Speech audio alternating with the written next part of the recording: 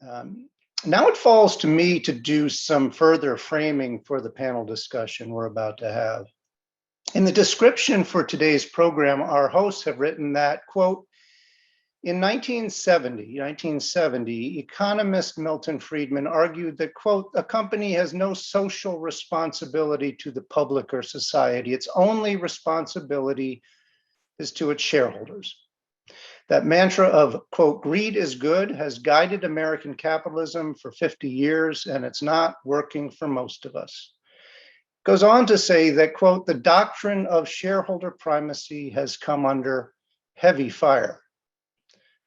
Well, I agree with that sentiment. I would like, however, in my opening comments, to go back a bit further than the disco era and to tell you a story. Since the principal hosts and a good part of our audience are for this evening reside in or are close to what we might call the Valley of Disruptions, I will strive to share some disruptive thoughts. And as we are coming out of a major pandemic at the moment, phew, I have chosen to tell you about another one. Early March, 1776, a new virus emerges from a coastal town in Scotland, sweeping into Europe and from there across the rest of the world, becoming a global pandemic and upending economies. The virus, which initially infected the brain but ended up having profound systemic effects upon its victims, left a wake of unimaginable turmoil in its path. Millions died of a variety of symptoms, some from a blackening of the lung, others from cerebral hemorrhage, still others from a gradual paralysis. Other victims who did not die were driven mad, and new institutions had to be created to house and treat them. Later, after they passed, autopsies were done on their brains, which found unusual callous threads that wove like the Amazon throughout the tissues, and that the experts conjectured interrupted the natural blood flow between the hemispheres. Many afflicted by the virus survived and recovered sufficiently to have outwardly normal lives. They worked, they got married, they had families. Disconcertingly, however, their offspring often demonstrated obsessive, occasionally violent, and self-destructive behaviors. And even more strangely, this same behavior, in over 60% of cases, was passed on to the next generation as well. Autopsies on the grandchildren of the original victims, in fact, revealed that they too had dark regions threaded through their brains. Another extraordinary element to this new virus was that once it had infected the human populations, it adapted well enough to jump to other species with devastating impacts. In the latter stages of the pandemic, it is conservatively estimated by scientists that at least 477 entire species went extinct. 158 fish species, 146 amphibian species, 80 species of birds, 69 species of mammals, and 24 species of reptiles went extinct due to the virus, as contrasted to the 9 that you would normally expect. Scientists add that these numbers are an absolute floor and the real numbers could well be exponentially higher. Kirkcaldy, Scotland is not the kind of place you might expect a global pandemic to have its origins. Located a dozen miles north of Edinburgh, Kirkcaldy, which means place of the hard fort, was a manufacturing and shipbuilding town. There was, however, one place, one street, one house, in fact, in the town of Kirkcaldy that turned out to be ripe breeding grounds for the new virus. The house was on High Street. It is no longer there, as it was torn down in 1834 and replaced with a nondescript 4-story structure that still stands today. But in the months leading up to March 1776, in that house, in a particular room in that house, the virus that killed millions, destroyed a significant amount of biodiversity, and profoundly impacted subsequent generations emerged from the brain cavity of a single human, a man. The man's name was Adam Smith. So now you may see where I've been heading with my story.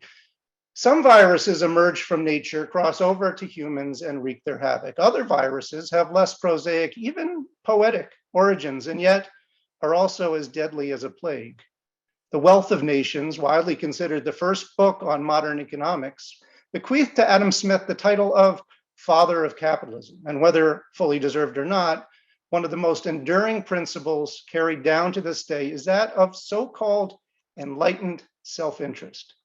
Smith wrote in the Wealth of Nations that it is not from the benevolence of the butcher, the brewer, or the baker that we expect our dinner, but from their regard to their own interest. We address ourselves not to their humanity, but to their self-love, and never talk to them of our own necessities, but of their advantages. Self-love as an economic motivator and bestower of societal good. Narcissism as an operating system for nations. Of course, short-term, meaning several hundred years, so the story goes, Smith-inspired economics lifted billions out of poverty and created the modern standard of living in developed nations. But even in the midst of humanity's rampaging progress, observers were noticing some significant blind spots in the economics of narcissism. Charles Dickens, for one, noted the dehumanizing effect of modern economics when he declared that, quote, most men are individuals no longer, so far as their business, its activities, or its moralities are concerned. They are not units, but fractions. And others, such as the 19th century artist and conservationist Thomas Cole, bemoaned the loss of connection to the natural world and its sacredness. He said, for those whose days are all consumed in the low pursuits of avarice or the gaudy frivolities of fashion, he said, unobservant of nature's loveliness, are they unconscious of the harmony of creation. The virus of modern economics has not only infected the brains of billions of individuals, but like an addict, surrounded and comforted by his enablers, a whole host of institutions exist to, far from offering a remedy, coddle and reinforce the pathology. Universities and business schools, political parties, think tanks, social media marketers, chamber of commerce, the list is endless. Self-love economics has built a nearly impenetrable system around itself, and like most closed systems, it has been blithely unaware of the damage it causes, or at least it has shunted the millions of people a year who die from fossil fuel toxicity and industrial particulate matter, the innumerable species driven to extinction, the loss of arable topsoil and potable water, the bleaching of coral, and the infestation of plastic in the oceans and our bodies, into the neat category of externalities to that system. Well, thankfully, blessedly, there is now another path, a new way, where we talk about transformation and sustainability. Systems change and the triple bottom line. Some call it impact capitalism. I prefer to call it impact economy. And tonight's panel will explore our current capitalist system and the emerging impact economy. We will speak about impact investing, impact entrepreneurship, and impact measurement. We will discuss more specifically how impact investing differs from socially responsible investing, SRI, and environmental, social, and governance investing in public equities, ESG. We will discuss benefit corporations and certified B Corps and how to distinguish among them. We will discuss how metrics to quantify impact help investors achieve both social good and profitability. And we will examine how entrepreneurs can attract impact funding. What are the upsides? And are there any downsides? We will begin with introductions of our panelists, and then I will hand the floor over to one of them, John Meissner, to showcase his firm before launching into our panel. So now to briefly introduce our panelists. Anne Winblad is co-founder and managing director of Hummer Winblad Ventures Partners, the first venture firm focused exclusively on software, currently managing over $1 billion in cumulative capital. Since the firm's inception in 1989, it has launched over 160 new software companies and led investments that pioneered successful companies across the enterprise software sector, and has over 30 years of experience in the software industry as a successful software entrepreneur, strategy advisor, technical author, and venture capitalist, and she has served as a director of numerous startup and public companies. Her background and experience have been chronicled in many international business and trade publications. Our second panelist is Andrew Kassoy. He is co-founder and CEO of VLAB Global, a network of organizations transforming the global economy to benefit all people, communities, and the planet. A leader in economic systems change, the network creates standards, policies, and tools for business and certifies companies known as B Corps that are leading the way. Before leaving the private sector to form VLAB with two college mates, Andrew spent 16 years in the private equity industry. With his partners, Andrew received the Skoll Award for Social Entrepreneurship and was featured as a New York Times visionary.